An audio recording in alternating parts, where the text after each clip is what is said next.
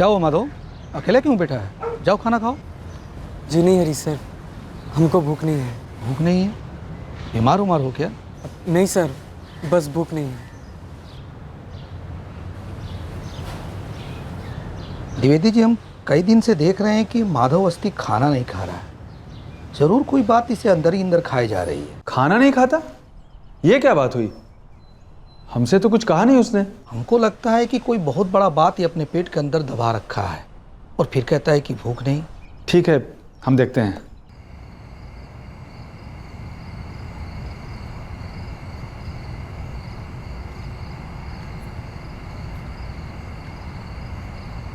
माधव। जी sir. अरे माधव, ये हो क्या रहा है? उपवास है, भूख हड़ताल? दरअसल हम कुछ पैसे जोड़ रहे हैं सर। भूखे रहकर? खाने पीने के खर्चे के बाद तनख्वाह कुछ नहीं बचती। खाओगे नहीं तो तुम भी नहीं बचोगे। फिर ये तनख्वाह किस काम की? माधव, बात क्या है? इरादे क्या हैं? सर, पैसे हम खुद के लिए नहीं, अपनी अम्मा के लिए जोड़ रहे हैं। जमानत करवानी है उसकी। 19 साल से जेल में सड़ रही है वो।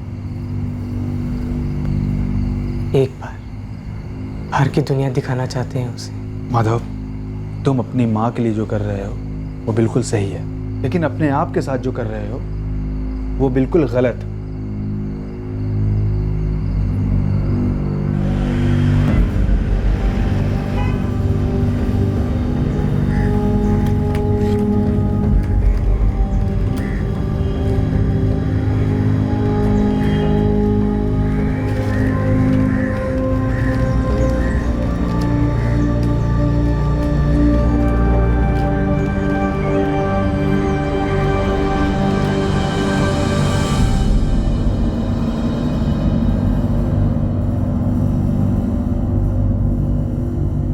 उनचास वर्षीय मीना अवस्थी को 19 साल पहले सन 1993 में उम्र कैद की सजा सुनाई गई थी। मीना अवस्थी का 19 वर्षीय बेटा माधव अवस्थी अपना पेट काटकर पैसे बचा रहा था अपनी मां की जमानत करवाने के लिए, ताकि उसकी मां अपने बेटे के साथ अपनी बाकी की जिंदगी आजादी के माहौल में गुजार सके। माधव आजादी का मतलब समझता था क्योंकि वो खुद जेल में पैदा हुआ था। कभी कभी अम्मा से भी मिलाने ले जाते।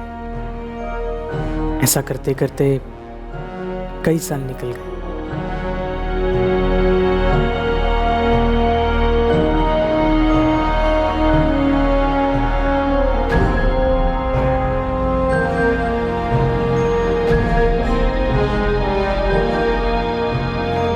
अबे ओ माधव, अभी के अभी मैडम बुलाइए, चलो भागो। माधव, तुम अगले हफ्ते 18 साल के हो रहे हो। जी मैडम। देखो, हम 18 साल के ऊपर यहाँ किसी बच्चे को नहीं रख सकते। जी। हम तुम्हें एक संस्था में भेज देंगे। वहाँ तुम रह भी सकते हो और वो लोग तुम्हें कुछ काम भी सिखा देंगे। कब जाना होगा मैडम? तो 7वीं पास हो? पूरी 8वीं भी कर ली है सर, बस पर्चा नहीं दिया।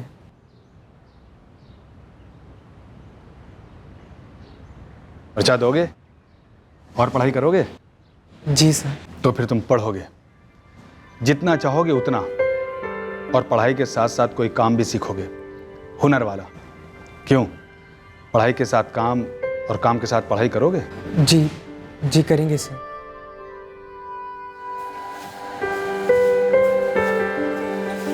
तो ये है हमारी जिंदगी, ये है हमारा काम, और काम करके अपनी अम्मा को दुनिया दिखाना चाहते हैं, आजाद दुनिया।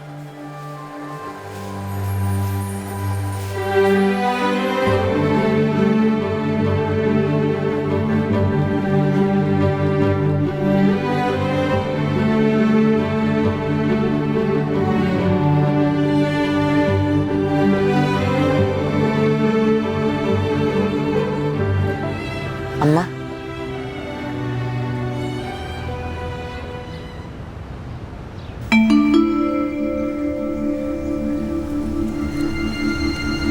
ये ले, 400 रुपये है, पिछला हफ्ता का मजूरी।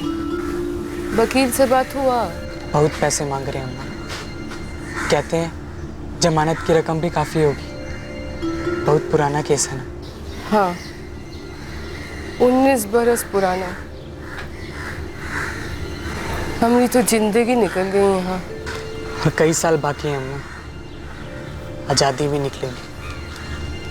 हम कोशिश कर रहे हैं ना।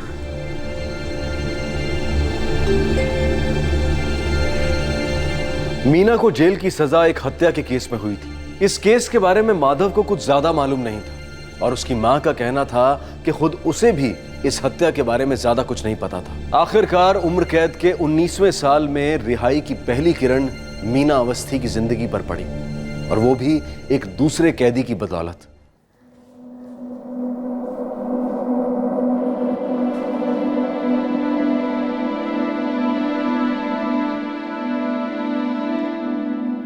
हमको मालूम है, तुम जानना चाहते हो ना कि हमारी रिहाई कैसे हुई? हाँ। एक वकील है इलाहाबाद के सत्यवीर दीक्षित, उन्होंने हमारा केस लड़ा। पैसा कितना लिए? इको पैसा नहीं का? हमारा भाई मिलने गया था उनसे। ये सत्यवीर दीक्षित ज्यादातर मानव अधिकार के केस लड़ता है। ये मानव अधिकार का होता है? वो तो हमको भी नहीं मालूम। हमको खाली इतना मालूम है कि मुफ्त में लड़े और हमारी रिहाई करवा दी। उनका कोनो अता पता, फोन बोन हम माधव को दे देंगे, वो बात कर लेगा। हमको मालूम था तुम मांगोगी। ये लो,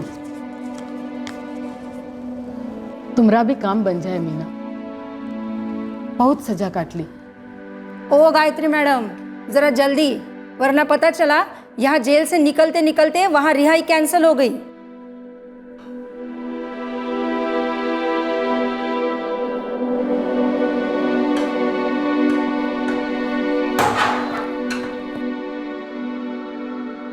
तुम जाओगे ना इलाहाबाद? हम जाएंगे हम। वो गायत्री है ना जिसकी जमानत हुई, वो भी हमारी तरह उम्र कैद की सजा काट रही थी। इन्हीं वकील ने मदद की, वो भी बिना एक पैसा लिए। हम आज ही इनको फ़ोन करते हैं अम्मा। सत्यवीर दीक्षित। मीना, मिलने का टाइम खत्म।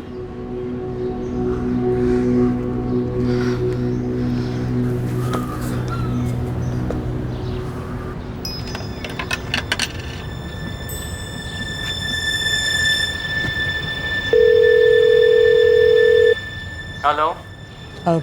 प्रणाम सर, हम माधव अवस्थी बोल रहे हैं आजमगढ़ से। क्या आप एडवोकेट सत्यवीर दीक्षित जी बोल रहे हैं? हाँ जी, बोल रहे हैं, बोलिए। सर, दरअसल हमें अपनी अम्मा के सिलसिले में आपसे बात करनी थी। क्या हुआ आपकी अम्मा को? सर, हमारी अम्मा आजमगढ़ उज्ज्वल मेला कारागृह में 19 साल से सज़ा काट रही है। उन्हें उम्र कैद हुई है। हमें आपका नंबर गायत्री सिंह जी से मिला, जिनकी आपने जमानत करवाई। सर, क्या आप हमारी मदद करेंगे? देखो, बिना केस को पूरी तरह स्टडी किए हुए हम कुछ भी नहीं कह सकते। एक काम करो, तुम इलाहाबाद आ सकते हो मिलने? हाँ सर। कब आए आपसे मिलने?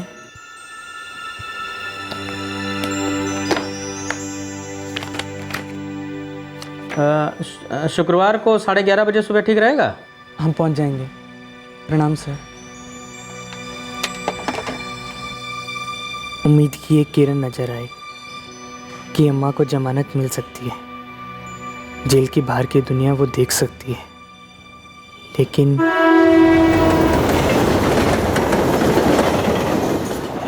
हमें नहीं पता कि हमारी अम्मा ने कत्ल किया भी था या नहीं। हमने कभी पूछा नहीं और अम्मा ने भी नहीं बताया। सर, हम जेल के अस्पताल में पैदा हुए थे। 4 साल की उम्र में हमें बाल कर भेजा गया। 18 साल तक हम वहीं थे। फिर अभी लक्ष्य पुनर्वासन केंद्र में रहते हैं। उन्हीं लोगों ने काम सिखाया और काम दिलाया। उम्र कैद की सज़ा क्यों हुई तुम्हारी अम्मा को? सर, कत्ल के जुर्म में। नाम क्या बताया था अम्मा का? जी, मीना अवस्थी। अच्छा, कहाँ की थी तुम्हारी अम्मा? मतलब कहाँ, जुर्म कहाँ हुआ, गिरफ्तारी कहाँ हुई, कुछ पता है? कुछ नहीं मालूम सर, और ना हमने कभी जानने की कोशिश की। देखो माधव, अभी तक तुम्हारी दी जानकारी के अनुसार हमें ये पता चला है कि तुम्हारी माँ का नाम मीना अवस्थी है, जो इस वक्त उज्जवल महिला कारागार में उम्र कैद की सज़ा भोग रही हैं पिछले 19 सालों से। हैं, हम इसका केस पेपर निकलवा लेंगे। सर, हमारे पास ज़्यादा पैसे नहीं हैं। पैसे के बारे में कुछ मत सोचो अभी, पहले एक बार केस देख लेते हैं क्या, फिर बात करेंगे। जमानत होगी ना अम्मा की? बगैर केस को स्टडी किए हम कुछ नहीं कह सकते माधव। अगर जमानत होने लायक केस रहा तो पूरी ताकत लगा देंगे, तुम निश्चिंत रहो, ठीक है? हम और अम्मा, बस हम दोनों ही एक दूसरे के, और हमारा कोई नहीं है सर। मोबाइल नंबर बताओ अपना। अभी हम लिए नहीं है सर, पर जहाँ हम रहते हैं वहाँ के सर हैं द्विवेदी जी, हम उनका नंबर आपको दे देते हैं। ठीक है, यहाँ लिख दो।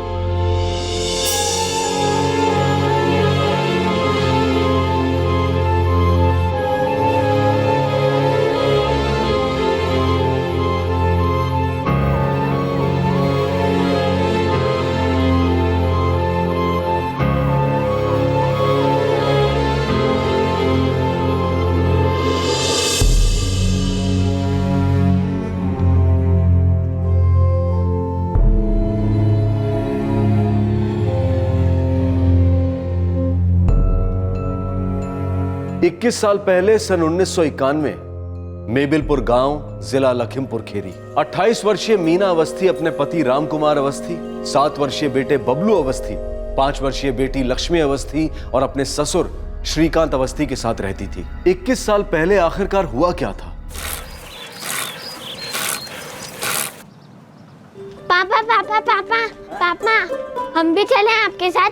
हम चौराहे से वापस आ जाएंगे। अच्छा आजा, जल्दी आजा, बैठो। अरे टिफिन में तो लेते भी चाहिए ना। अरे लो, ये भी छूट गया। इसको थोड़ा हम चौराहे तक छोड़ देंगे, टहलते हुए आ जाएगा, ठीक है? अरे तोता आ गया, खाना खा गया। चल लक्ष्मी, नहाने चल। खाने के बाद माँ, फिर क्या हुआ? हाँ, तो तोता बोला कि मुझे पानी दे दो नहाने के लिए। अरे ये हो क्या रहा है यहाँ पर? ए गुप्ता, ज्यादा मनमानी ना दिखाओ हमको, समझे कि नहीं? सारा दुनिया जान रहा है कि तुम हमरा जमीन पे कब्जा किए हो, ये चापाकल बिठवा दिए हो और अब हमरा ये जमीन घेर रहे हो तुम। बकवास ना करो रामकुमार, समझे? ये जमीन हमरा है, ये जमीन तोरा कभी था ही नहीं। अच्छा, हाँ। तो सरकार का जो कागजात है हमरा पास, वो सब रद्दी है, रद्दी में फेंक दे।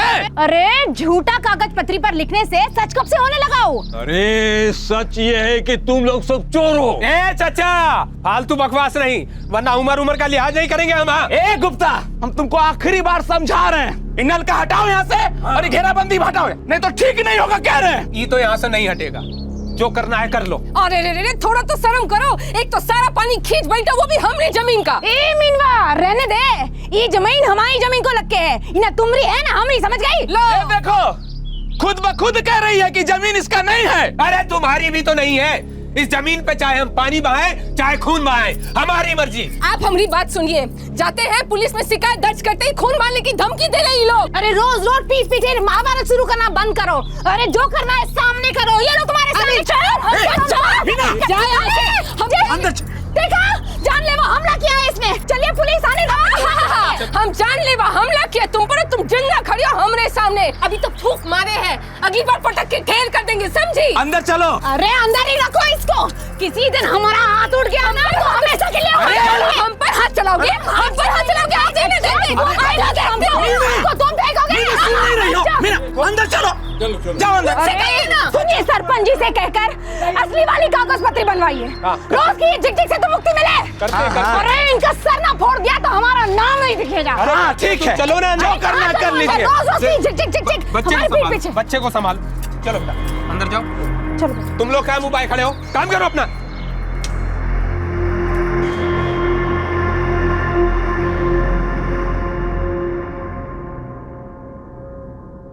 योर ऑनर, इन दोनों परिवारों का झगड़ा गहरी दुश्मनी में बदल गया और ये दुश्मनी जानलेवा बन गई। योर ऑनर, मैं अपना पहला गवाह रामदास भटनागर को बुलाना चाहूंगा। जिसने मीना अवस्थी को कत्ल के बाद अंधेरे की तरफ भागते हुए देखा। हाँ रामदास, कत्ल की रात तुमने क्या देखा था? साहब जी, हम उस दिन खेतों से काम करके घर वापस आ रहे थे। बहुत देर रात हो गई थी साहब। तभी हमने एक बच्चे की रोने की आवाज़ सुनी। माँ, नहीं, नहीं।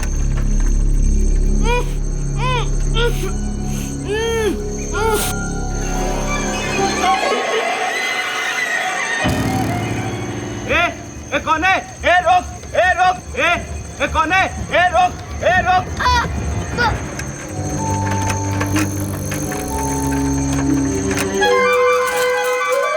सुंदर भैया, ओ सुंदर भैया, सुंदर भैया, बउआ उठ।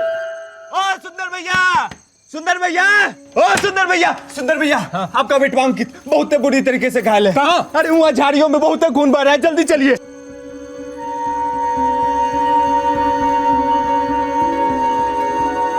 क्या हुआ जी? हमको क्या पता, उधरे सब भाग के गया है।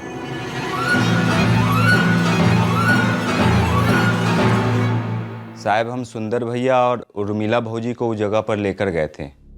वहाँ से वो दोनों लोग अंकित को अस्पताल ले गए। पुलिस भी आई थी साहब अस्पताल में, और बच्चा मुँह दम तोड़ा था साहब जी।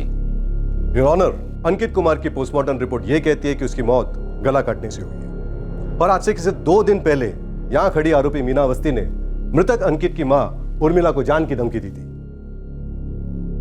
हम नहीं किए हैं। तो उस रामदास भटनागर को तुम्हारा नाम लेने का क्या जरूरत था? अरे वो एक औरत को देखा था। अरे तो कोई भी हो सकती है ना। सब समझ रहे हम ही सब किए हैं, मगर हम ना ही किए। पुलिस नहीं न मान रही है।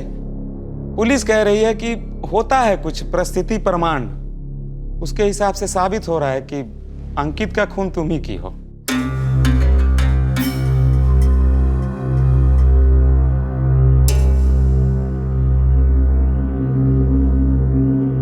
इस केस में सर्कमस्टेंशियल एविडेंसेस इस बात को काफी स्पष्ट रूप से साबित कर रहे हैं कि कथित आरोपी मिसेस मीना अवस्थी दोषी हैं। ये कोर्ट श्रीमती मीना अवस्थी को 6 वर्षीय अंकित कुमार के मर्डर केस में दोषी करार देती है और उन्हें उम्र कैद की सजा सुनाती है।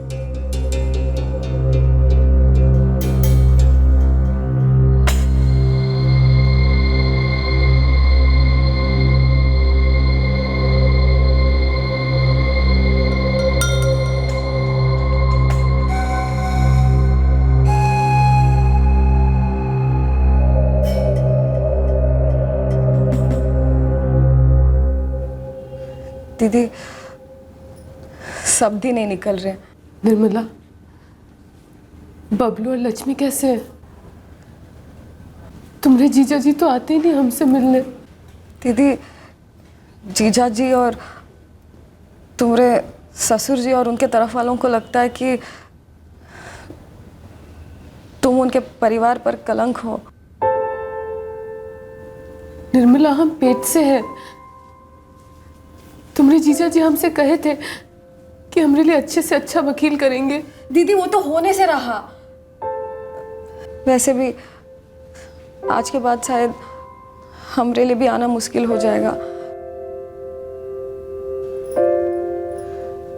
हमारी सास ने कहा है कि ये आखिरी बार है। आज के बाद कोनो नाता नहीं रखना है तुमसे। दीदी, तुम्हारे बारे में पूरा गांव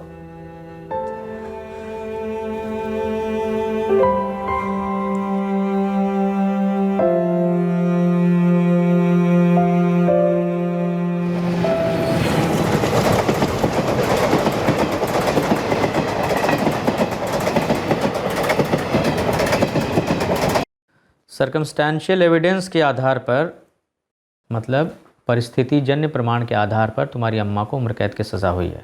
इस फैसले को चैलेंज भी किया जा सकता था, कोई अड़चन नहीं थी इसमें। अच्छा, तुम निर्मला मौर्य मतलब अपनी मौसी को, अपनी माँ की छोटी बहन को जानते हो? जी नहीं सर, अम्मा ने कभी कुछ बताया नहीं। तुम्हारी माँ के इस केस को हाई कोर्ट में चैलेंज किया जा सकता था आज से 19 साल पहले ही, लेकिन कोई सामने आया नहीं, ना तुम्हारे पिताजी ना तुम्हारे दादाजी।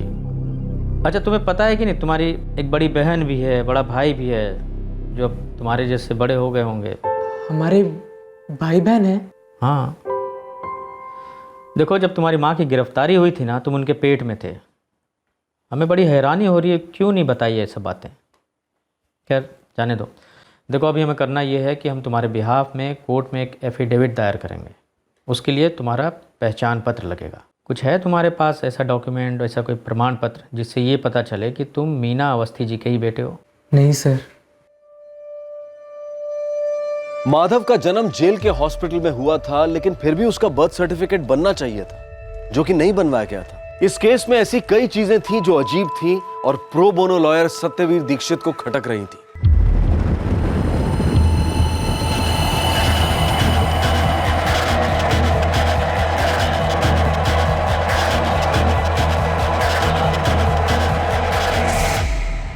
ये क्या इल्जाम लगा रहे हैं वकील साहब आप हम पर? कोई इल्ज़ाम थोड़े लगा रहे हैं जेलर साहब, एक सीधा सिंपल सवाल पूछ रहे हैं आपसे। हमारे मुवक्किल माधव अवस्थी का जन्म जब आपके ही जेल के हॉस्पिटल में हुआ, तो फिर इसका बर्थ सर्टिफिकेट क्यों नहीं बना? तो ये आप हमसे क्यों पूछ रहे हैं? उस वक्त के जेलर कोई और थे। जेल तो वही है ना, जेल भी वही है, जेल का हॉस्पिटल भी वही है, जेल के रिकॉर्ड्स भी वही हैं। अब जेल के रिकॉर्ड्स फाइल थोड़ी ट्रांसफ़र हो जाते हैं जेलर के साथ। देखिए जेलर साहब, मसला ये है कि हमें अपने मुवक्किल के बिहाफ में कोर्ट में एक एफिडेविट दाखिल करना है। उसके लिए इसका आइडेंटिटी प्रूफ चाहिए, ये बात साबित करने के लिए कि आपके जो कैदी हैं मीना अवस्थी, उनका बेटा है ये। इसी बात के लिए आपसे दरख्वास्त जितनी जल्दी हो सके जारी कर दीजिए प्रूफ। अरे भाई, कितनी बार बताना पड़ेगा आपको हाँ? कि भाई वो ऑर्डर मैं नहीं दे सकता। जो चीज हमारे कार्यकाल में नहीं हुई है उसका दोष या इसका क्रेडिट हम नहीं ले सकते, समझे आप? सब समझ गए सर। अब ये क्या है? ये है 94 की केस की फाइल। ये देखिए, हमारे मुवक्किल के गिरफ्तार होने के 8 महीने बाद ये बेल ऑर्डर पास हुआ था। हमारा सवाल ये है कि ये कॉपी आपके पास क्यों नहीं है, कि ये भी हमारे मुवक्किल के बर्थ सर्टिफिकेट की तरह गायब हो गई। देखिए वकील साहब, फिर से दोहरा रहे हैं हम आपसे कि जो कुछ भी हुआ उस वक्त के जेलर की देखरेख में हुआ। हमारी देखरेख के सारे रिकॉर्ड अपडेट है और किसी भी कैदी को हमसे कोई शिकायत नहीं है। हमें उम्मीद थी कि आपका यही जवाब आएगा। चलिए, फ्लैशबैक को छोड़ते हैं, वर्तमान की बात करते हैं। वर्तमान में आप इस जेल के जेलर हैं और हमारी मुवक्किल जो है आपके कैदी हैं, और हम अपने मुवक्किल के वकील हैं। उनसे मुलाकात करने आए हैं, मिलवाइए, या फिर उन्हीं जेलर साहब से परमिशन लाना पड़ेगा।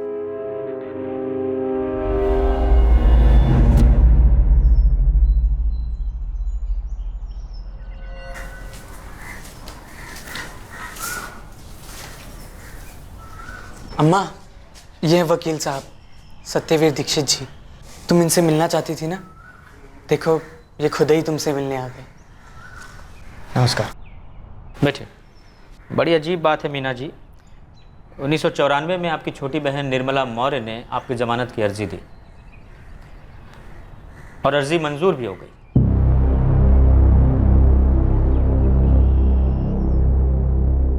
श्रीमती मीना अवस्थी की तरफ से कोर्ट में कोई है?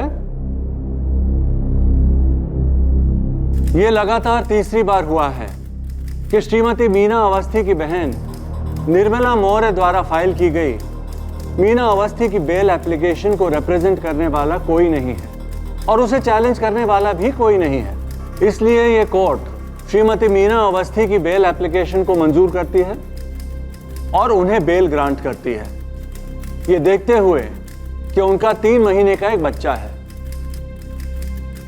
शायद सरकारी वकील को आपके केस में खास दिलचस्पी नहीं थी, इसीलिए आपकी जमानत का विरोध करने के लिए कभी कोर्ट में पेश ही नहीं हुआ। देखिए, यह है बेल ऑर्डर आपका 1994 का, लेकिन हैरानी की बात यह है कि यह बेल ऑर्डर जेल अधिकारियों तक कभी पहुंचा ही नहीं, ना ही निचले कोर्ट से कोई जज आया आपका हालचाल लेने, जबकि उनका कानूनी फर्ज है। हमारी बहन निर्मला, उसको उसके ससुराल वाले कहे थे हमसे रिश्ता तोड़ने के लिए, फिर भी हमारी जमानत की अर्जी दी होगी। शायद बेचारी अदालत में पेश नहीं हो पाई होगी और ना ही हमको बता पाई होगी।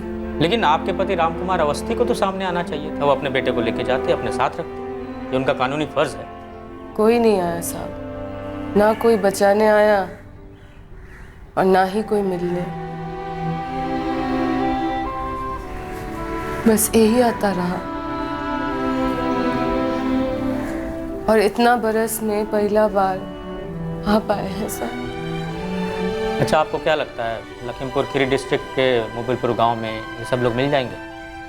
आपके पति राम कुमार अवस्थी, बड़ा बेटा बबलू अवस्थी और लक्ष्मी आपकी बेटी, मतलब इनसे जाके मिला जा सकता है?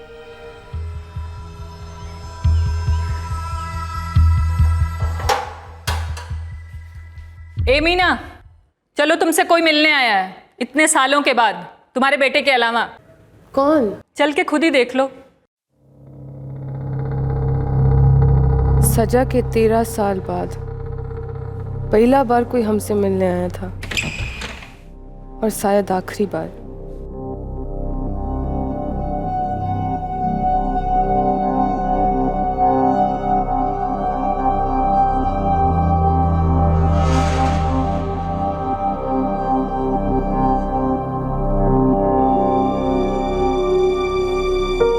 कुछ बोलेंगे नहीं?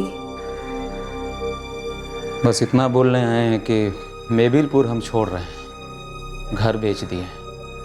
क्या आप जानते हैं हम दोनों का एक और बेटा है, माधव?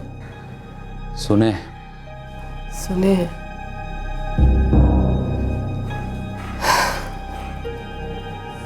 तो बाल गृह में रहता है, आपको देखेगा तो खुश होगा। अपने बाबा को, अपने भाई बहन के साथ रहेगा तो खुश रहेगा। देखो मीना, 8 साल पहले हमने दूसरी शादी कर ली, 2 बच्चे भी हैं हमारे। और हमरे तो बच्चे, बबलू और लक्ष्मी। बबलू 6 साल पहले हाईवे पर ट्रक के नीचे आ गया था, चल बसा। लक्ष्मी की शादी करा दिए हैं हम, खुश है वो। हम तो बस ये कहने आए थे कि आज के बाद 13 साल से जानते हैं, नया से बोलने का कोनो जरूरत नहीं है कि आप हमसे कोनो रिश्ता नहीं रखना चाहते। पर माधव आपका खून है, उसका यहाँ कोई नहीं है, तो जेल में पैदा हुआ। देखो मीना, हम चाह कर भी उसको अपने साथ नहीं लेकर जा सकते। हमारे अपने 2 बच्चे हैं, खुशहाल जीवन जी रहे हैं। मेरी पत्नी नहीं मानेगी। हाँ, जो बात तुम 13 साल से जान रही हो, बेहतर होगा उसे जीवन भर के लिए जान लो कि अब हमारा और तुम्हारा कोई रिश्ता नहीं है और हम कभी मिलने नहीं आएंगे।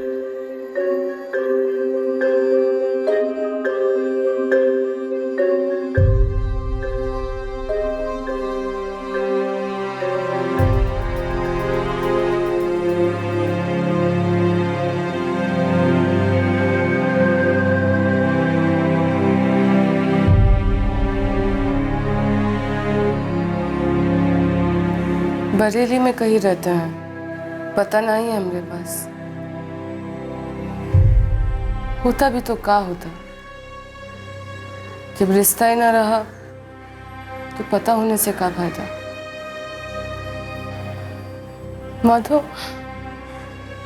हम तुमको तुम्हारे बाबा के बारे में नहीं बोले काहे कि वो तुमको मंजूर नहीं किए थे, तुमको बेटा कहने से इनकार किए थे। अब आप निश्चिंत हो जाइए मीना जी, हम आपकी ओर से एक पिटीशन डालेंगे कोर्ट में जल्दी सुनवाई के लिए, और देखिएगा केस लंबा जाएगा नहीं और जीत भी हमारी होगी और आपकी रिहाई होगी।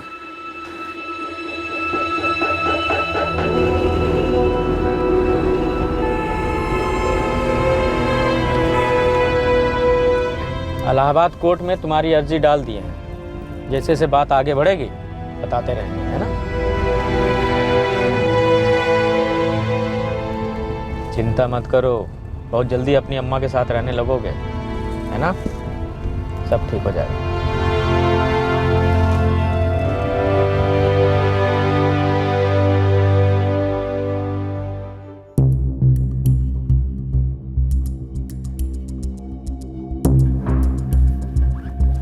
योर ऑनर, हमारे क्लाइंट मीना अवस्थी जी पिछले 19 साल से जेल में उम्र कैद की सज़ा भुगत रही हैं। उनका बेटा है ये माधव अवस्थी।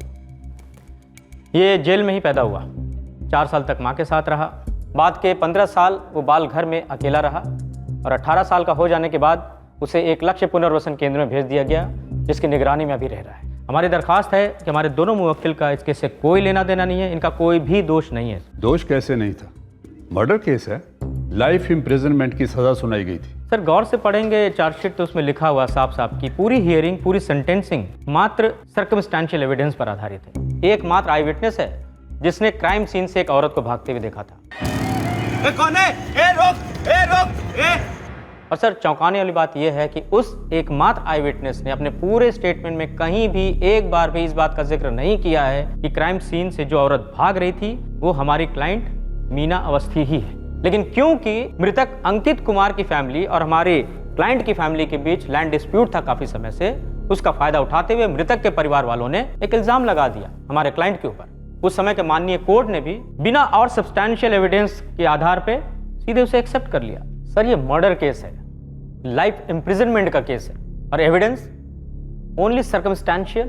तो मीना अवस्थी बेल एप्लीकेशन करती, इतने साल क्यों लगे? आज से 19 साल पहले सन 1994 में हमारे क्लाइंट की छोटी बहन निर्मला मौर्य ने अर्जी डाली थी, लेकिन लगातार 3 सुनवाई तक ना तो प्रोसिक्यूशन की तरफ से कोई आया ना ही डिफेंस की तरफ से। तो तत्कालीन जज महोदय ने 5000 की श्योरिटी के आधार पर एक बेल ऑर्डर भी पारित किया था। तो फिर क्या सर, कुछ नहीं हुआ। जो बेल ऑर्डर पारित किया गया था वो जेल अथॉरिटी तक कभी पहुंचा ही नहीं। और तो और निचली अदालत से भी कोई जज नहीं आया हालचाल लेने के लिए या ये चेक करने के लिए कि जो बेल ऑर्डर पारित हुआ था उसके आधार पर रिहाई हुई भी या नहीं। ये रहे सर पेपर।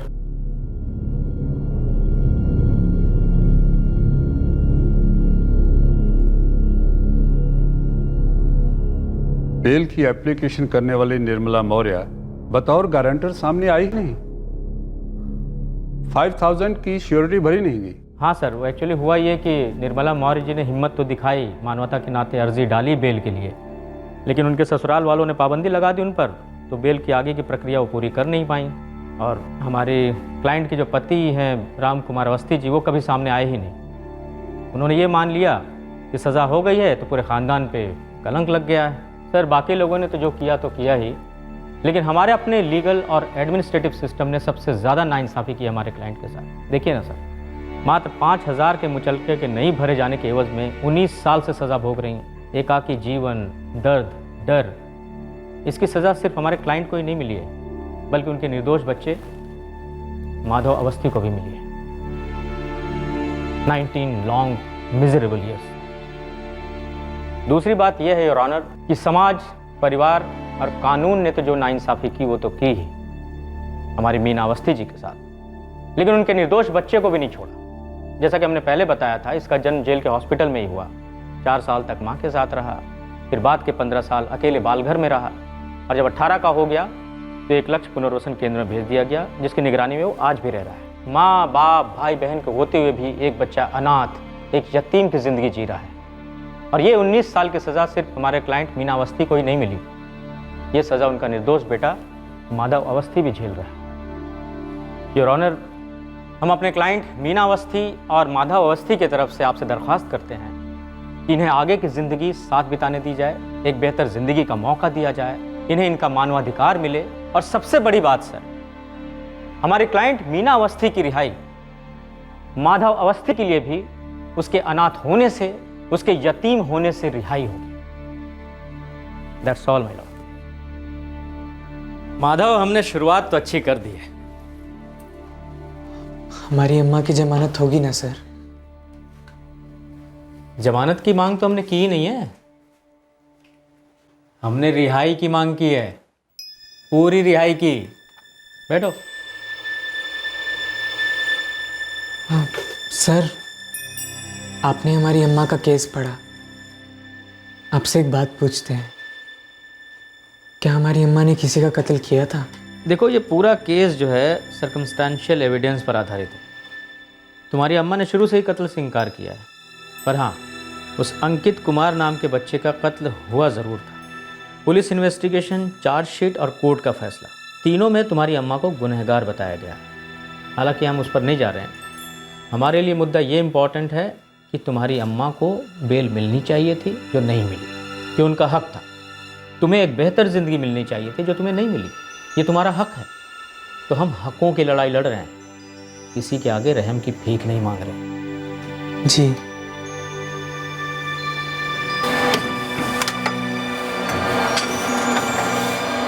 हमने कभी पूछा नहीं अम्मा से कि उसने कत्ल किया था या नहीं, कभी पूछेंगे भी नहीं। पर एक बात है जो हमारे मन से नहीं निकल रही है कि हमारे बाबा हैं, एक बहन है, एक बार उन्हें देखने का दिल करता है।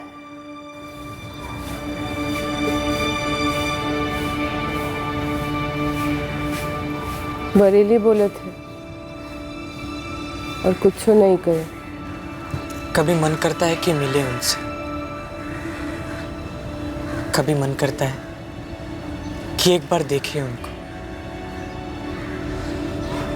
फिर सोचते हैं कि वो बुरा मान जाएंगे। बाबा चाहते ही नहीं है उनको। क्या फर्क पड़ता है? तुम हमरा बेटा हो,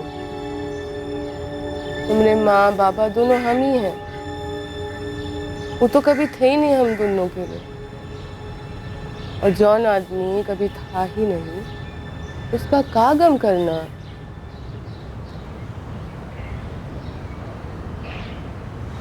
अम्मा, वकील साहब बोल रहे हैं कि कोर्ट का फैसला जल्द होगा, और बोल रहे हैं कि कोर्ट का फैसला हमारे हक में होगा।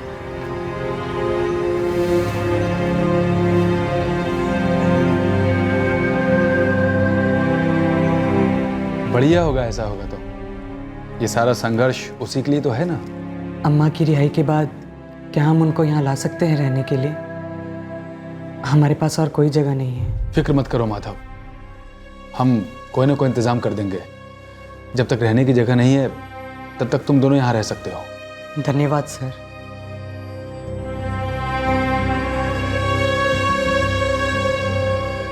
इस केस में गलतियां हुई हैं और ज़रूरत है कि उन गलतियों को सुधारा जाए।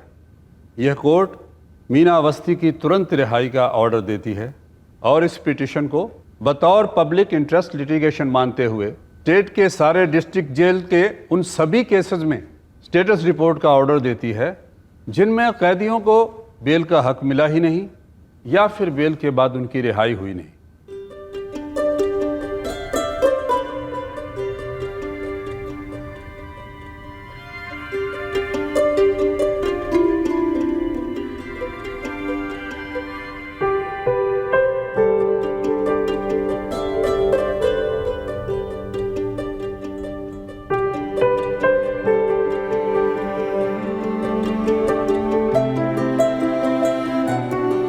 चीफ जुडिशियल मजिस्ट्रेट साहब ने रिलीज रिपोर्ट क्लियर किया। जेलर साहब, मीना अवस्थी को अब आप 1 मिनट भी अंदर नहीं रख सकते। रिहाई तो हो चुकी है। जेलर साहब, क्या आप ही हमारी अम्मा को दे सकते हैं?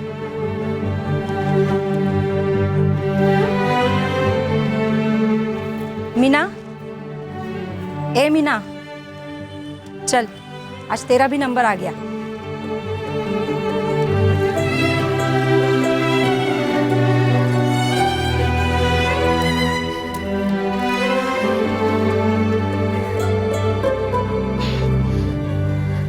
सच्ची? आज आज हमारी रिहाई का दिन है? ये तुम्हारे बेटे ने दिया है तुम्हारे लिए।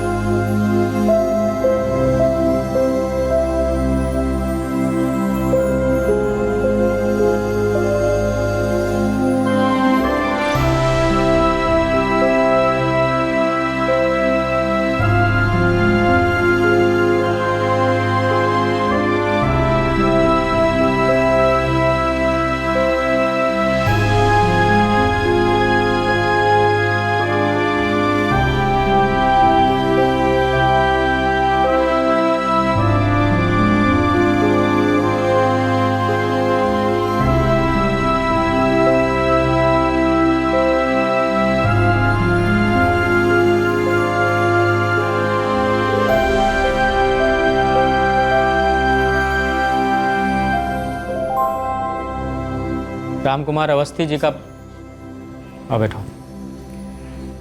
पता चल गया उनका, बरेली में है, उनका पूरा एड्रेस है हमारे पास। हमको नहीं लगता है कि इतना बरस बाद वो जरा सा भी बदले होंगे। हाँ, बदले तो नहीं हैं। बात की है हम उनसे, पूछा आपकी बेटी के बारे में तो मना करने लगे कि उनसे संपर्क ना करें, बसा बसाया घर है। हमने कहा हम कौन होते हैं मना करने वाले, मीना जी बताएंगे मिलना है कि नहीं मिलना है। उनका फ़ोन नंबर है हमारे पास, आप ले लीजिए, बात कीजिए, बोलिए कि बेटी से मिलना है, आपका अधिकार बनता है। वकील साहब रहने दीजिए, ये ज़िंदगी में हमको जितना अधिकार मिलना था वो मिल गया, काफ़ी है, और कोनो अधिकार नहीं चाहिए।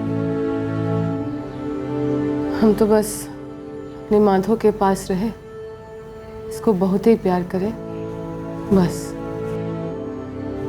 और कुछ नहीं चाहिए।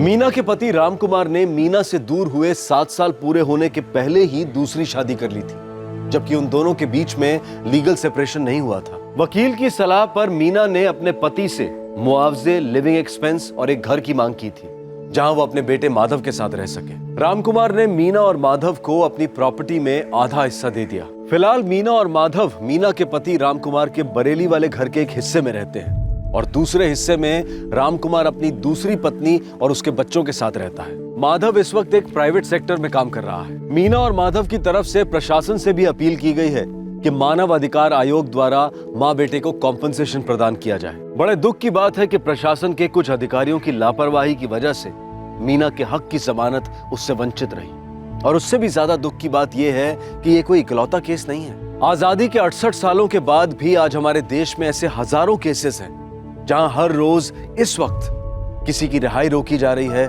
तो किसी का बचपन कैद में है। मीना अवस्थी की पिटीशन ने हमारे देश के लीगल और एडमिनिस्ट्रेटिव सिस्टम को झकझोर कर रख दिया है। लोअर कोर्ट्स को ऐसे इनमेट्स की क्वार्टरली रिपोर्ट हाई कोर्ट को सबमिट करनी होती है। कानून के हिसाब से लोअर कोर्ट के जज को रेगुलर व्यक्तिगत रूप से जेलों में जाना चाहिए निरीक्षण के लिए। अगर मीना के केस में ऐसा किया गया होता तो 19 साल पहले ही मीना की रिहाई हो चुकी होती और माधव एक प्यार भरे घर में पला बड़ा होता, न कि रहम की 4 दीवारों के बीच। जिस वकील ने मीना का केस लड़ा था वो इस वक्त उसी जेल में एक दूसरी इनमेट की रिहाई के लिए लड़ाई लड़ रहा है, जो पिछले 23 साल से जेल में है, और उसकी बेटी ने अब तक एक बार भी आजाद दुनिया में कदम नहीं रखा है। जो रिश्ता मुझे अधूरा छोड़े तो मैं खुद को कहीं और पूरा क्यों ना करूं? लेकिन बेवफा रिश्ते का बोझ मैं अपने कंधों पर क्यों उठाऊं? क्या वफा एक तराजू है जिसमें प्यार को तोला जा सके? क्या वफा ही सब कुछ है? और नहीं तो क्या। जब एक रिश्ते में आप अपना सब कुछ देते हैं तो बदले में बेवफाई कैसे कबूल हो सकती है?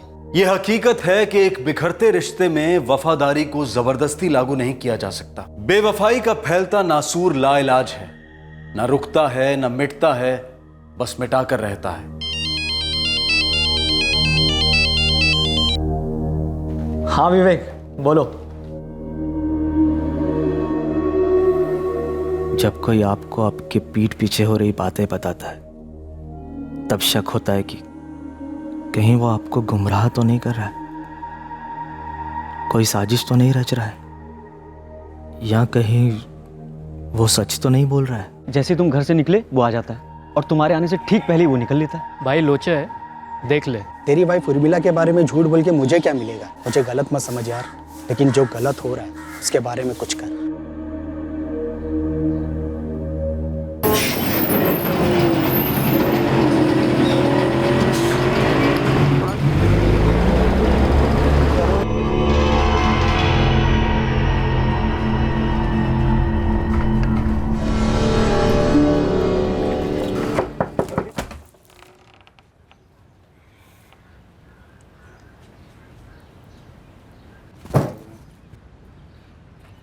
वो कौन है?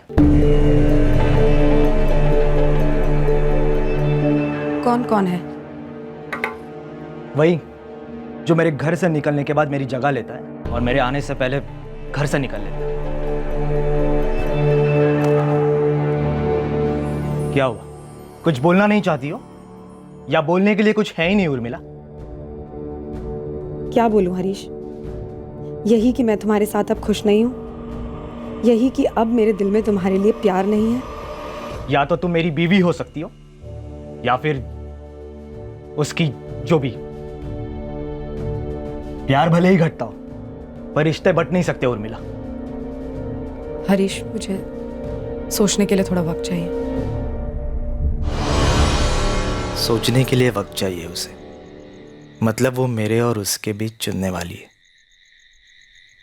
पर मुझे कोई ऑप्शन नहीं बनना।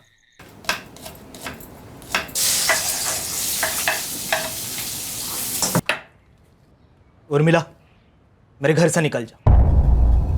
यश को तुम्हारी जरूरत होगी, उसे भी अपने साथ ले जाओ, लेकिन चली जाओ, अभी के अभी इस घर से चली जाओ। और जिससे तुम प्यार करती हो ना, उसी के साथ रहना, पूरी की पूरी उसकी हो जाओ। मैं नहाने जा रहा हूं, मेरे आने तक यह घर साफ होना चाहिए।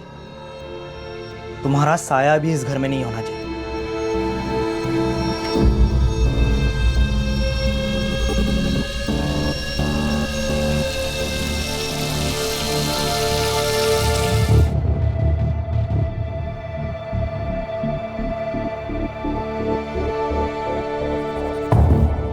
मैं उस आदमी का ना नाम जानना चाहता था ना ठिकाना।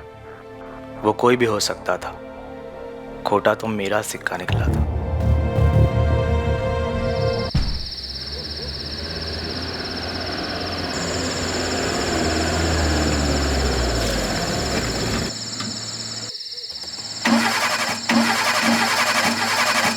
अरे यार, पार्क में फिर से धोखा देंगे।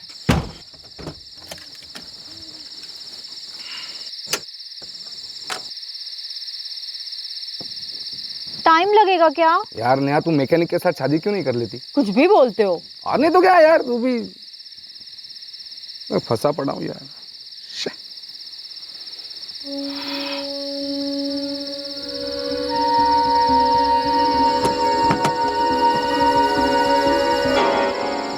पंकज, अब क्या हुआ? वो आदमी। आदमी? कौन आदमी है? कहाँ?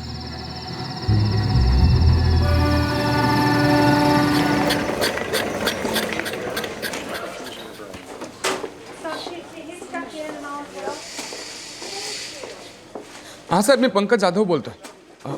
एक्चुअली सर, मुझे अभी एक आदमी मिला, वो गगन नगर ब्रिज के यहाँ बहुत बुरी तरह घायल है सर। मैं उसे वो डीएल हॉस्पिटल लेकर आया हूँ। कोई एक्सीडेंट का केस लग रहा है सर। हाँ सर, आपके आने तक यही रुकता हूँ। एक्चुअली सर, मेरी गाड़ी बंद पड़ गई थी बीच रास्ते, तो मैं गाड़ी ठीक कर रहा था, तब मेरी वाइफ ने, ये मेरी वाइफ है नेहा, इसने उसे देखा फर्स्ट टाइम। वो कुछ बोलना चाह रहा था पर बोल नहीं पा रहा था, और उसका गला, सर बहुत बुरी तरह चोट लगी थी उसके गले पर। आप लोग हमारे साथ अगर वो जगह दिखा सकते हैं।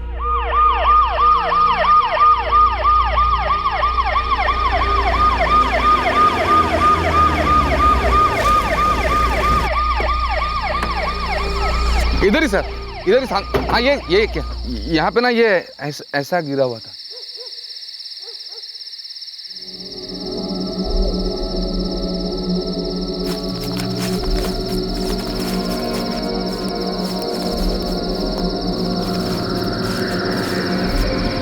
नहीं बचा पाया।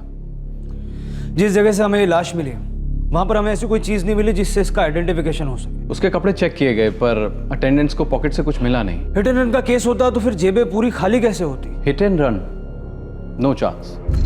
इंस्पेक्टर, ये मर्डर केस है। उसका गला चॉपर या तलवार से काटा गया है, और वो कुछ बोलना भी चाह रहा था पर बोल नहीं पाया।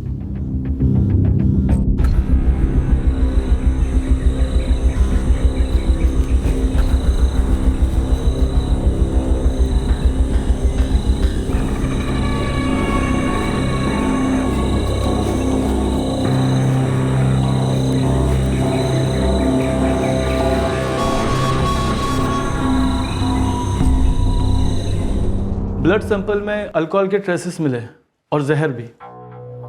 तो मौत जहर की वजह से हुई? नहीं, पॉइजन की मात्रा अधिक है बॉडी में, लेकिन मौत हुई है हेमरेज से। मतलब पहले जहर देकर मारने की कोशिश की गई। चूहे मारने वाला जहर था बॉडी में।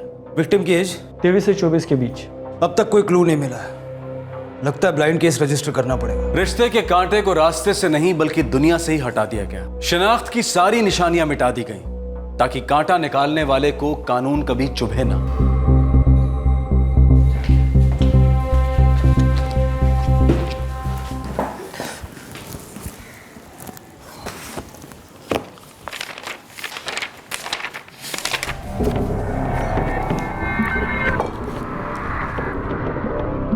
साहब, एक दिनेश मौर्य की एक मिसिंग कंप्लेंट हुई है और शक्ल हमारे यहाँ रजिस्टर हुए केस से मिलती है। मिलती तो है। कंप्लेंट किसने फाइल की थी? इसके माँ बाप आए थे। मिसिंग कंप्लेंट कल दर्ज हुई और बॉडी परसों मिली। कल रात को बोल के गया था कि किसी फ्रेंड के घर जा रहा है। साहिब, वो कल रात से घर नहीं आया है और उसका फोन भी नहीं लग रहा है। आपका बेटा दिनेश मौर्य काम क्या करता है? जी वो फोटोग्राफर है। कई मराठी अखबार में उसके फोटो भी छपते हैं। ठीक है, आपकी मिसिंग कंप्लेंट दर्ज कर देता हूँ।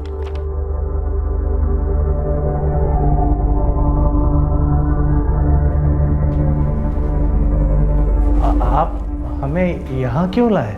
हमें एक लाश मिली है, लगता है आपके बेटे दिनेश की है।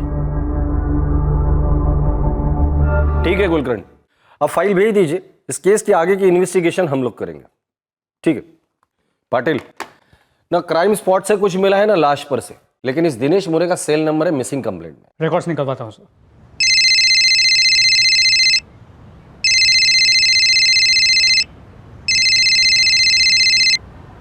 हेलो जी हाँ, अरुण भंडारे बोल रहा हूँ। भंडारे दिनेश मौर्य को तो जानते ही होगे तुम। हाँ हाँ, वो फोटोग्राफर दिनेश मौर्य ना।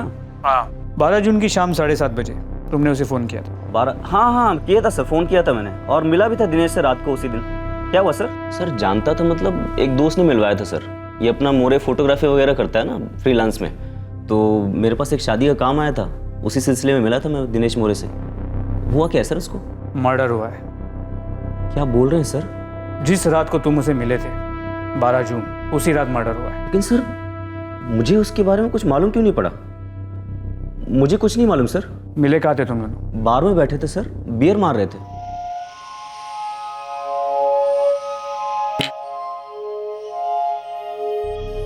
बियर के बाद क्या हुआ?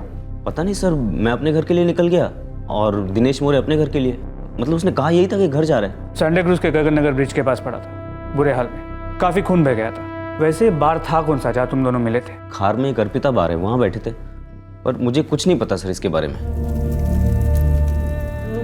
सर जहाँ ये दिनेश घायल मिला था उसका फोन वहीं स्विच ऑफ हुआ था, गगन नगर ब्रिज के पास सेंटा क्रूज में। वो अपने दोस्त के साथ बार में बैठ के बियर पी रहा था। पोस्टमार्टम रिपोर्ट में भी ब्लड स्ट्रीम में अल्कोहल नोट किया गया है। ब्लड सैंपल में अल्कोहल के ट्रेसेस थे और पॉइजन भी। खून में अल्कोहल के साथ साथ जहर भी मिला है। चूहे मारने वाला जहर था बॉडी में। लेकिन मौत का कारण जहर नहीं है, स्टैबिंग है। बार बार किए हुए वार। शायद जहर काम नहीं किया होगा, इसलिए स्टैबिंग करके मार डाला। समझ में नहीं आ रहा है ऐसी कौन सी दुश्मनी पाल रखी थी इस दिनेश मौर्य ने। दुश्मनी? किसके साथ? ना तो उसने कभी मुझे बताया, ना मैंने कभी देखा, ना कभी सुना। मेरे बच्चे की किसी के साथ क्या दुश्मनी होगी? उसे तो बस एक ही शौक था, सिर्फ फोटो खींचने का। दिनेश का कोई दोस्त, कोई करीबी? ज्यादा दोस्त नहीं थे सर, एक विशाल था और एक ध्रुव। उसका किसी लड़की के साथ कोई चक्कर, कोई अफेयर? अगर ऐसा कुछ भी होता तो वो मुझे जरूर बताता। हर जवान लड़के के कुछ न कुछ राज होते हैं जो माँ बाप को नहीं, दोस्तों को पता होते हैं। विशाल और ध्रुव बोला था उन्होंने। उठा कर लाओ दोनों को। सर अफेयर वफेयर रहता तो सबसे पहले आकर मैं आपको बता देता। ध्रुव, क्या ऐसे हो सकता है कि दिनेश का किसी के साथ अफेयर हो और उसने तुम दोनों को बताया ना हो? चांस ही नहीं है सर। मैं, दिनेश और विशाल, हम तीनों एक साथ बड़े हुए, एक ही चौल में। सर वो ना हमसे कुछ छुपाता था और ना हम उससे। ध्रुव चौहान, तो दिनेश ने ये दुश्मनी वाली बात क्यों छुपाई तुमसे? कौन था उसका दुश्मन जिसने तुम्हारे खास दोस्त को गला काटकर मार डाला? सर ये सोच के तो मेरा खून खौलता है। सर मैं सोच भी नहीं सकता कि कोई हमारे दिनेश की जान कैसे ले सकता है।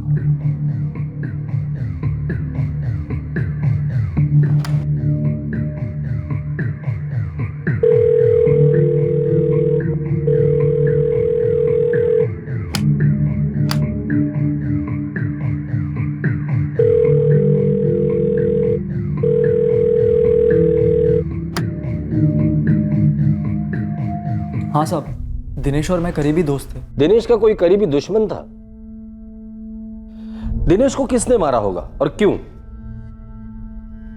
कुछ गलत किया होगा शायद उसने। क्या गलत किया होगा? पता नहीं सर, पक्का कुछ पता नहीं। ठीक है, जो कुछ कच्चा पता है वही बता दे। सर दिनेश का अफेयर था। तो क्या मैंने तुझे कभी ये कहा कि मुझे उससे मिलने से मत रोक? देख देख भाई देख, मैं जानता हूँ कि तू ये चाहता है कि मैं रिश्ते से पीछे हट जाऊँ, वो मैं समझ सकता हूँ। शायद तेरी जगह मुझे भी यही लगता, लेकिन क्या उर्मिला भी यही चाहती है? अगर उर्मिला ने मुझसे कहा ना कि दिनेश तेरे मेरे बीच में जो भी हो खत्म, तो मैं जबान देता हूँ, खत्म। क्या रे दिनेश, क्या लफड़ा ये? पूछ मत यार, दिमाग की दही हो गई है। उर्मिला कौन है ये?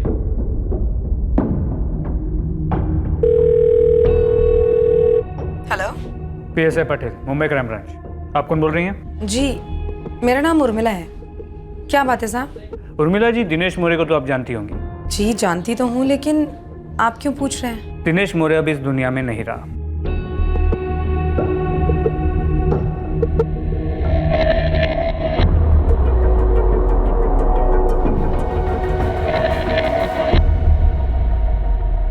विशाल, ये उर्मिला कौन है?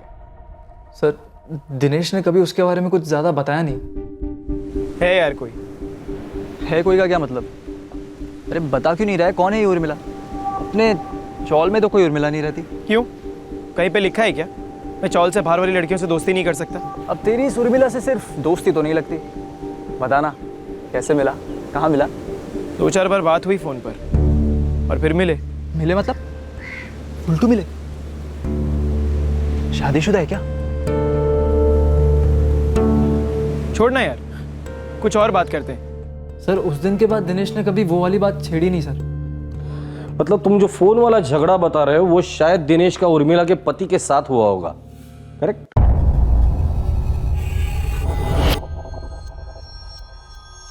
पता नहीं सर, दिनेश ने कुछ बोला नहीं। सर मैंने जो सुना था मैंने आपको ईमानदारी से बता दिया। इस उर्मिला का फोन नंबर या घर का एड्रेस है तुम्हारे पास? नहीं सर।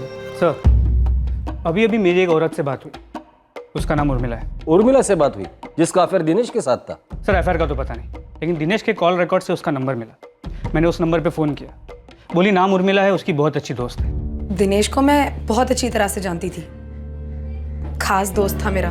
सर अब वो फ़ोन पर तो बोलने से रही कि उन दोनों का अफेयर था। मैंने दिनेश के कॉल रिकॉर्ड्स की बाल की खाल की, देखा दोनों दिन में 12 से 15 बार बात किया करते, कभी कभी रात रात भर भी। ठीक है, देखते हैं दोनों के बीच कितना और कैसा गहरा अफेयर था।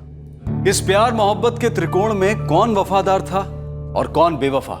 एक बिखरते रिश्ते की इमारत को कौन खड़ी रखना चाह रहा था? वफा के मलबे के नीचे कौन घायल पड़ा था?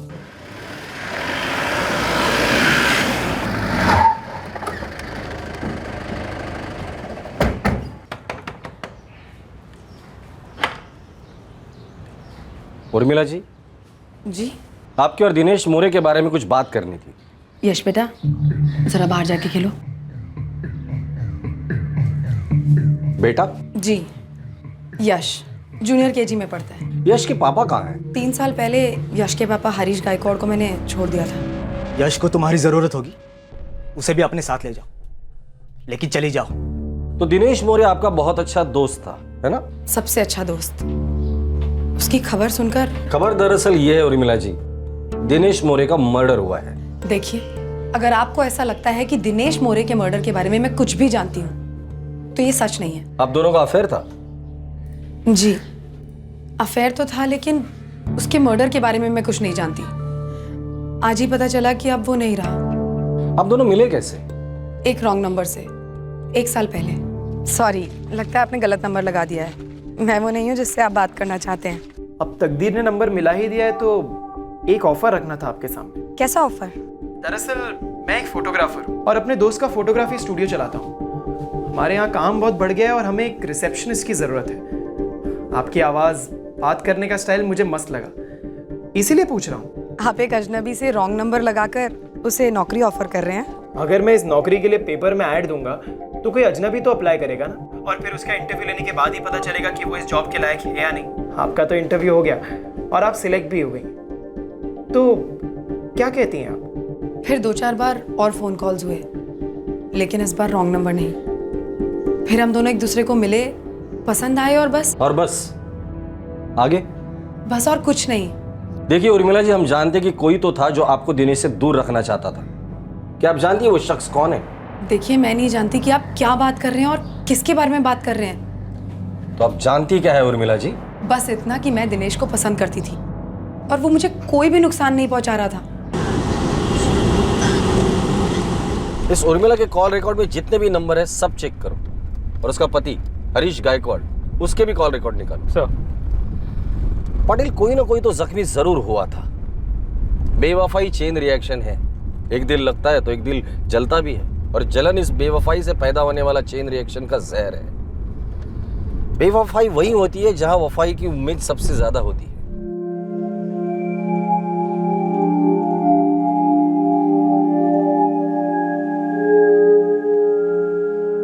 जी सर, अभी पहुंच रहा हूं।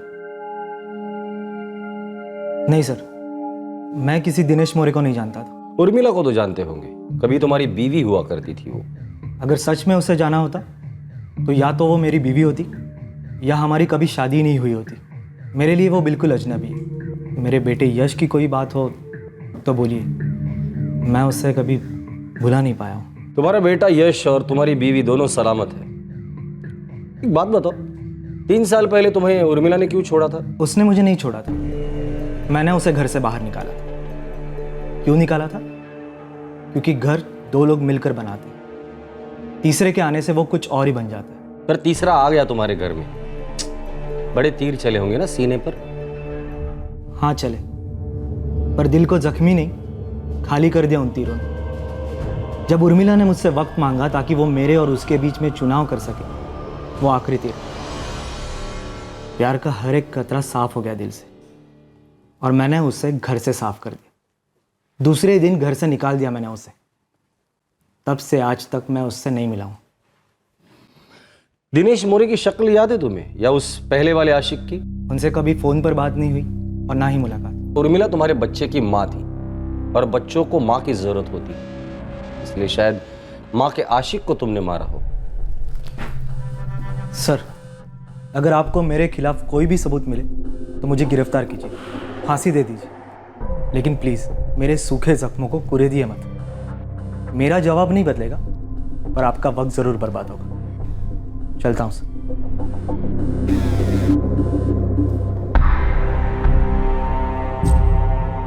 सर, इस हरीश गायकवाड़ और उर्मिला के बीच के 3 साल के फ़ोन रिकॉर्ड्स को चेक किया। दोनों के बीच एक भी फ़ोन या मैसेज नहीं हुआ। और ये कहता है कि इसे बच्चे की बहुत याद आती है, और 3 साल में एक भी फ़ोन नहीं। सर, कुछ लोग होते हैं ना ठंडे टाइप्स, ये भी वैसे ही होगा। सच कह रहे हो तुम? इस हरीश का खून ठंडा होगा, पर उस तीसरे आशिक का नहीं। मतलब सर? 3 साल पहले हरीश ने उर्मिला को घर से इसलिए बाहर निकाला क्योंकि उसका किसी तीसरे आदमी के साथ उनका अफेयर शुरू हुआ। तब ये तीसरा आशिक घायल हुआ होगा, और उसने जख्म का बदला कत्ल से लिया होगा। सर, लगता है तीसरा शायद यहाँ मिलेगा। उर्मिला के कॉल रिकॉर्ड में एक नंबर उस आदमी का जरूर होगा। दिनेश के साथ उसका फोन पर झगड़ा हुआ था, मतलब दिनेश के कॉल रिकॉर्ड में भी उसका नंबर होगा। सर, लगता है हमें हमारा तीसरा आदमी मिल गया।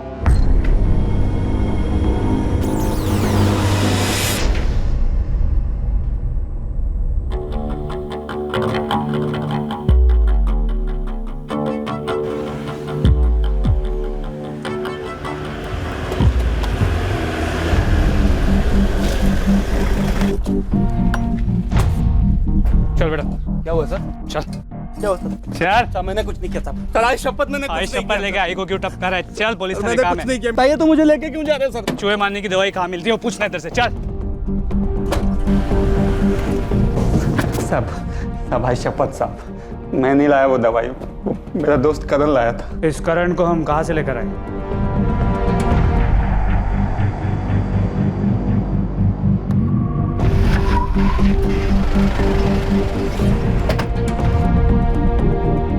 क्या ऐसे स्टैचू कैसे बन गया? भागेगा नहीं हमसे? चल। क्या गल साहब? आपके इस चूहे ने आपके दुकान से चूहे मारने की दवाई चुराई। चल, ये आला।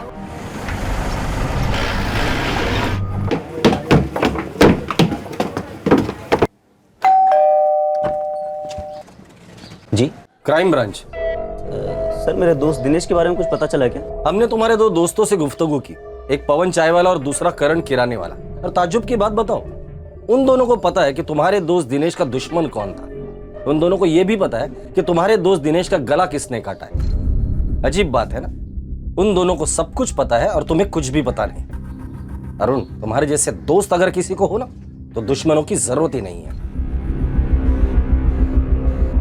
ए दिनेश, ज्यादा ना बकबक मत कर। छोड़ दे मतलब छोड़ दे उर्मिला को।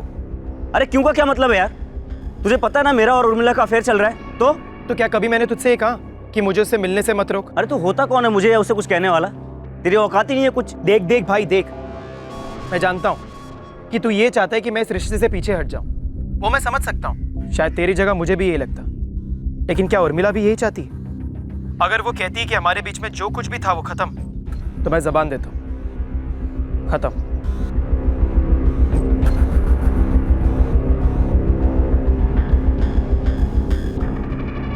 उर्मिला तो एड़ी है क्या?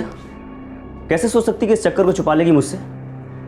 तो फोन और एसएमएस की जगह अगर कोई नया एप्लीकेशन भी इस्तेमाल करती है ना उस दिनेश से टच में रहने के लिए, तो बेवकूफ मुझसे छुपा नहीं है ये। कुछ छुपाया होगा तभी तो छुपेगा ना अरुण। मैं जो करती हूँ खुलकर करती हूँ। उर्मिला 3 साल का रिश्ता है तेरा और मेरा। तेरे पति ने तुझे लात मारी तो मैंने संभाला। ये घर साल भर का किराया कौन दे रहा है? हरीश या दिनेश? मैं दे रहा हूँ। और क्यों दे रहा हूँ? क्योंकि प्यार करता हूँ तुझसे। और तू उस फोटोग्राफर के साथ गुटरगू कर रही। 4 आने की भी वफाई है कि नहीं तुझमें? मैं भी तुमसे प्यार करती हूँ, लेकिन दिनेश के लिए भी लगाव है मेरे मन में। हाँ मालूम है मुझे। इतने सालों का प्यार, इतने सालों की देखभाल सब ठुकरा कर तू उस दिनेश के साथ चली जाएगी, है ना? अरुण, मैं क्या करना चाहती हूँ क्या नहीं, ये तय करने के लिए मुझे सोचना पड़ेगा, और सोचने के लिए मुझे थोड़ा वक्त चाहिए। मुझे पक्का पता था दिनेश ने अगर उसको हाथ दिया है तो मेरा हाथ जरूर छोड़ देगी। जैसे तुम्हारे हाथ आगे बढ़ाते ही उसने अपने पति का हाथ छोड़ दिया था। बराबर है ना? जैसे तुम घर से निकले वो आ जाता है, और तुम्हारे आने से ठीक पहले ही वो निकल लेता है। भाई लोचे है, देख ले। तेरी वाइफ उर्मिला के बारे में झूठ बोल के मुझे क्या मिलेगा?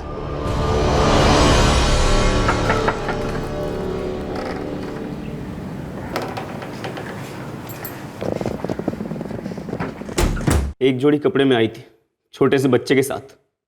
पूरा का पूरा घर खड़ा किया उसके लिए मैंने।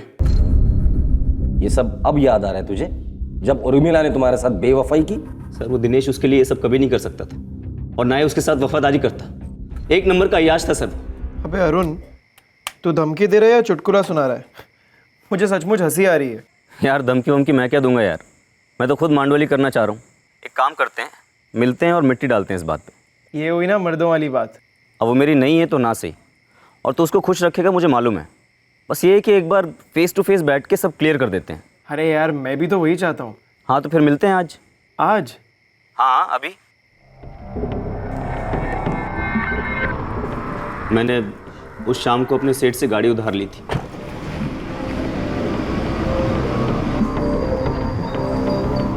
रास्ते से मैंने पवन और करण को उठाया। तुम लोग बार में बैठे थे? नहीं सर, हम बार नहीं गए थे। बाहर मिले और वहीं पे बियर मारी। बियर में चूहे मारने का जहर मिला था? हाँ। मतलब दिनेश को मारने का प्लान तुम लोगों ने पहले से ही बना लिया था? हाँ सर, प्लान बनाया था, लेकिन ये सब कभी नहीं होता अगर वो मेरी उर्मिला के बारे में ऐसी बात नहीं करता। कौन सी बात? क्या बोला था दिनेश ने?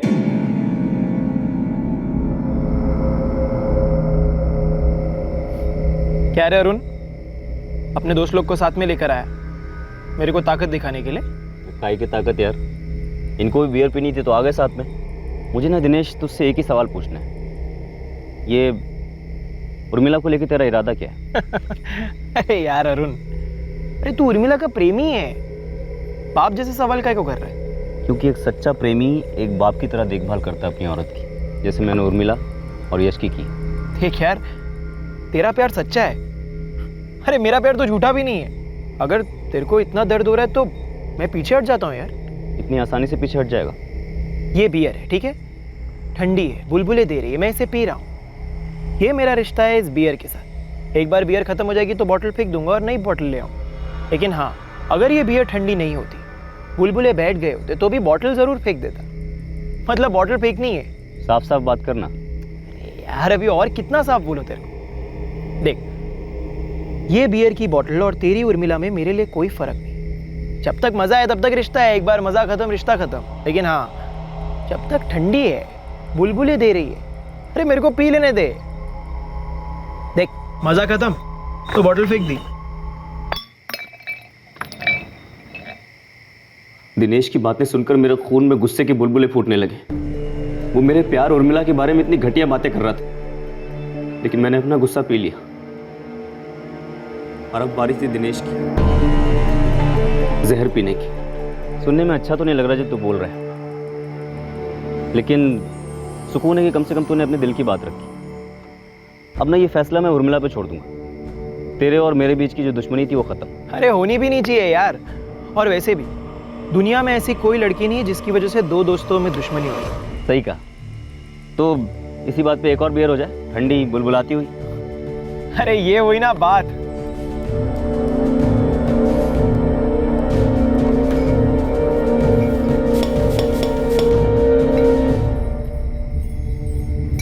अपने बीच की जो भी गलतफहमी है सब इस बियर में डूब जाए साली। चीयर्स। चीयर्स।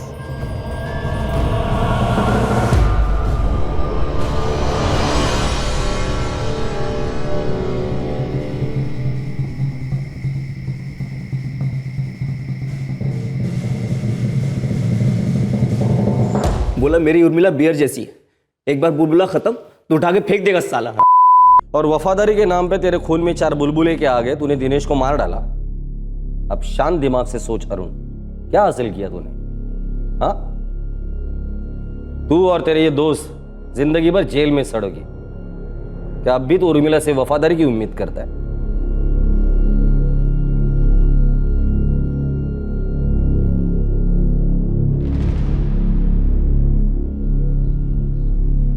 क्या नाम बताया लड़की का? लोकेश, ये लड़की नहीं औरत है, नाम है उर्मिला, तलाकशुदा है। उसका और एक प्रेमी था, अरुण भंडारे।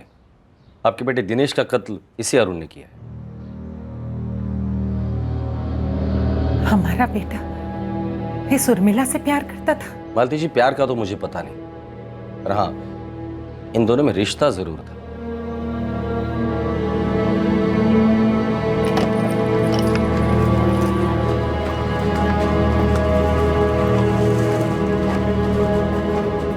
ऐसा हो ही नहीं सकता कि तुम्हें पता ना हो कि अरुण ने दिनेश को धमकाया था। मुझे पता था कि अरुण नाराज है, लेकिन इन धमकियों के बारे में कुछ नहीं पता था। अरुण नाराज था ये बात तुमने हमें बताई नहीं।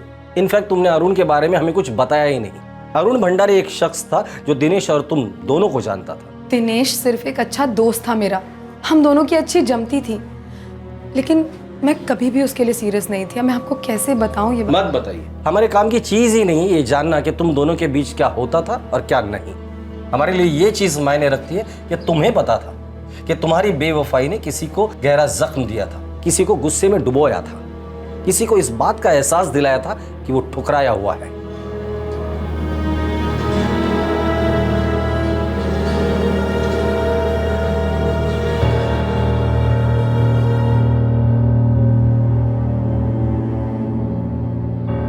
अरुण भंडारे और उसके साथीदार पवन और करण को आईपीसी की धारा 302 के तहत हत्या के लिए, धारा 363 के तहत अपहरण के लिए, धारा 328 के तहत आपराधिक इरादे से किसी को जहर या कोई नशीली दवा देकर नुकसान पहुंचाने के लिए और धारा 34 के तहत कॉमन इंटेंशन के लिए बुक किया गया है।